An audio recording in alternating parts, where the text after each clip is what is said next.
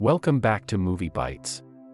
Today I'm going to talk about a sci-fi comedy movie from French called Two Worlds. The story is about Remy, a simple and passive French man with a beautiful wife and two kids. He works as an art restaurateur. But recently he keeps bumping into strange things. His body would involuntarily sink into all kinds of furniture, chairs, sofa, even his own bed.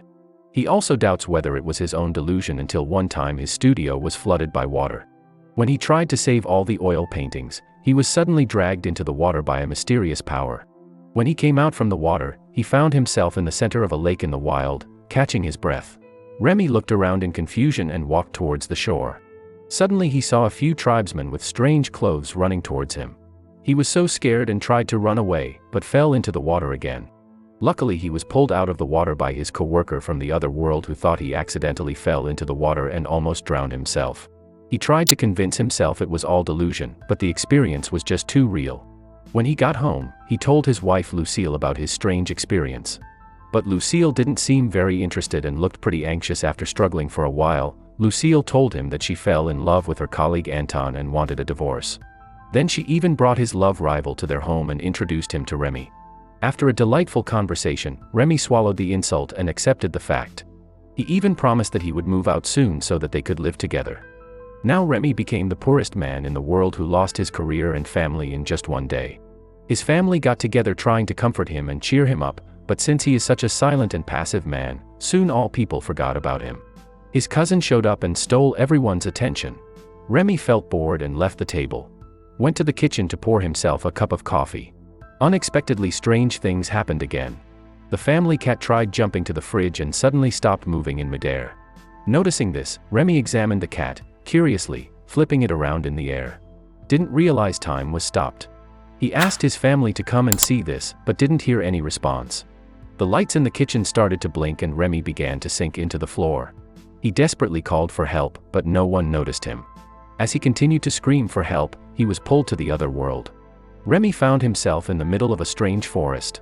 After a while he found a group of people butchering an animal and approached them to ask some questions. A tall and scary-looking man talks to Remy, but he can't understand him. The group then decided to feed Remy to their master. Noticing that something wasn't right, Remy ran for his life screaming. After a long chase, he ended up entering a dark cave. Remy explored the cave to look for help. After a while, he encountered a creature that bit his neck and was forced to run again. While running, he was suddenly pulled back to his parents' house in the modern world. Noticing the commotion in the kitchen, Remy's family decided to check on him. They found him battered and surrounded by rubble. He tried to explain what happened, but he got scolded for the broken French press instead. A few awkward conversations later, Remy fainted. Remy was taken to a hospital and examined by a doctor for his injuries. He tried to explain what happened to the doctor, but she told him to meet a shrink instead. The next day when Remy was in his studio, surrounded by his landlord, insurance guy, bank guy, and clients, he started sinking into the floor again. He then emerged from a basket in the other world and was greeted with cheers from the tribesmen. Remy tried to communicate with the tribesmen, but they failed to understand each other. Moments later, they forced him to eat a berry. The berry then helped him understand their language. And finally he found out the reason he was pulled into this world again and again. It turns out in this world, the tribesmen were ruled by a cannibal called Tyrant Zoltan. He not only enslaves them, but also eats people when he feels hungry. Everyone is afraid of him, so the elders and mages deciphered the artifact from their ancestors, which says, there will be a savior coming from another world. He will help them kill Zoltan and liberate everyone from slavery.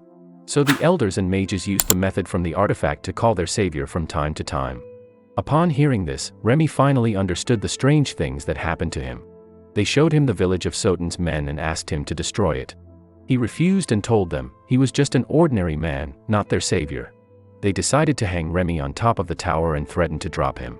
This act forced him to agree and become their savior. This way, Remy was led to an isolated room and left to plan the destruction of Zotan. He sat in front of a table filled with food and tried figuring out what to do. He then grabbed the watermelon in front of him and in a flash, was back in his studio. Later that day, Remy went to the library to learn more about the other world. After some Google searches, nothing came up. He then decided to move on and look for books about self-defense instead. When he returned to the other world, he was given a sword by the tribesmen. They asked for help to leave the settlement and he agreed. At the settlement's borders, Remy asked why they never tried leaving. They told him that if they crossed the borders, they would be struck by lightning. Realizing that it was just superstition, Remy told them to cross the borders. He crossed the border first to show them nothing terrible would happen. After that, the entire tribe followed him to leave the settlement to find a new place to call home. Remy and the tribesmen traveled. Eventually they met two of Zoltan's men in a forest. The men told them to go back, but Remy fought them with his suave fencing skills. He killed one of Zoltan's men and forced the other one to retreat. Before leaving, Zoltan's soldier warned him that war was coming. He then confronted the tribesmen about not helping him with the fight. They explained that it was all according to the prophecy. Shortly after, the tribesmen started dragging the soldier's corpse. Remy asked what they were going to do with it. He then learned that they planned on eating it as part of their tradition. Surprised, Remy ordered them to stop and forbade cannibalism starting that day. Moments later, people came running and confirmed that war was truly coming. Back in his world, Remy revisited the library for books about waging war and governance. He studied the books to prepare procedures for the coming war against Zoltan's army. When he returned to the other world, he gave a speech and prepared the tribesmen to fight. That night, Remy decided to have fun with Kara and other women in the tribe. He asked Bali to bring women to his tent. While surrounded by beautiful women, Remy realized that he still loved Lucille. In an unbelievable turn of events, he gave up on the fun and talked about his life. Instead, the entire thing turned into a marriage counseling session. Shortly after, he heard his son calling and returned to his world. After a heartfelt talk with his son, he waited to return to the other world. The next moment, Remy appeared in the middle of a war with only his sleepwear. He joined Bali and Reem Jeel, then ordered his army to move towards higher grounds and retreat. They regrouped and prepared for a counterattack against the enemy the next day. The next morning, Remy stands in front of the Zonians, waking them up by throwing insults and rocks at them. He then approached the encampment and started slapping the living hell out of the sleeping soldiers. Next thing you know, Remy is now running for his life and is chased by the entire Zoltanian army. It was all part of Remy's plan, though. He led the Zoltanians to an open field, signaled his army to begin their attack, and hid inside a huge tree trunk. Once Remy's army appeared, they had bows and used them to fire a rain of arrows down on the Zoltanans. The two armies continued to fight. Surprisingly, the Zoltanians were defeated and forced to retreat. Remy emerged from the tree trunk and celebrated the victory with his people. After that, they moved to a new land and began constructing Remy's kingdom. Time passed and the new kingdom flourished under a bearded Remy's guidance. He couldn't imagine an ordinary man like him could be worshipped like this. He feels that his potential has been unleashed. When he felt tired of guiding the country, he would spend some leisure time with his favorite concubines. He even painted a Mona Lisa-inspired portrait for one of them. When he encountered problems during his rule of his kingdom, he would travel back to the modern world to search for solutions. After being king in his world for almost half a year, when he came back to his real life and faced his ex-wife and her boyfriend, he was no longer that weak and passive man he was before. When Antoine implored Remy to leave the house so he could enjoy time with Lucille, Remy got angry and beat him up. Satisfied with the scared Antoine, he leaves him with Lucille. On the way to his studio, Remy was almost hit by a car. The driver got out to confront him, but he intimidated the guy to submission. A few people were waiting for him to discuss his financial problems in front of his studio. He told them that he was changing jobs and simply left. He looked for a new job and started working as a flyer distributor for an Indian restaurant. Unhappy with the job, Remy threw the flyers and left.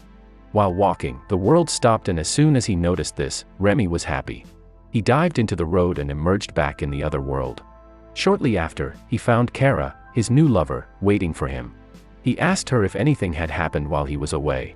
After learning that all was well, he decided to have some fun with her. As Remy's greed grew, he started to enslave his citizens to build more fancy palaces for him. One day, Remy met with his citizens to discuss problems in his kingdom. He rushed to address them as he sat on a grandiose rotating chair. He was then notified that some citizens were revolting because they were overworked. He rushed to meet the rebels, but failed to convince them to resume their work. They felt that being Zoltan's slaves was even better than being overworked like this.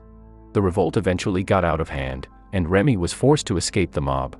After being cornered, he decided to give up on his kingdom and return to his world. He visited his friend Serge and asked to borrow a studio so he could start working again. As time went by, he built relationships with one of his clients, Delphine. Later that night, at the key moment when Remy was kissed by Delphine, he was summoned back to the cave in the other world, where he found Rakiel wounded. He was then forced to fight and kill Zoltan to fulfill the prophecy. Zoltan found Remy shortly after and confronted him.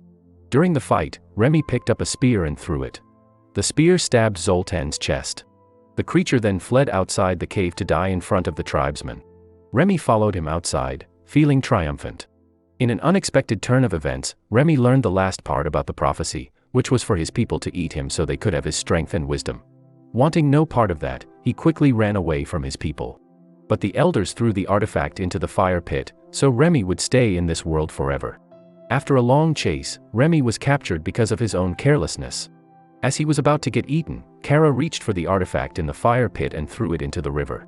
Remy was saved and returned to the modern world. He woke up in a hospital, happy to escape being eaten. Later he found his loved ones waiting for him in the hospital hallway. He told them he was fine and walked towards Delphine and Lucille. He tried introducing them, but they already got to know each other while Remy was unconscious. Delphine left shortly after and Remy was left alone with Lucille. Outside, Lucille told Remy that she kicked Antoine out of her life and asked him to come back. Remy expressed his hurt feelings and refused her request. He then called a taxi and left her. 47 days later, Remy walked on a beach in Barcelona. He met up with his children and Lucille. He sat down with Lucille and happily restored their relationship. Meanwhile, the people in Remy's kingdom are gathered as a statue of him was erected in his honor. The film ends with Remy watching the news on TV. It was about the discovery of an early painting of the Mona Lisa. Remy was smiling when he saw the painting up close. It turns out that it was the painting Remy made for Kara in the other world. But archaeologists told people that they had just found an early work by Da Vinci, and according to the style, they are pretty sure it was painted by Da Vinci when he was 5. Thanks for watching the video. If you enjoyed it, consider liking the video and subscribing to our channel. It helps us a lot.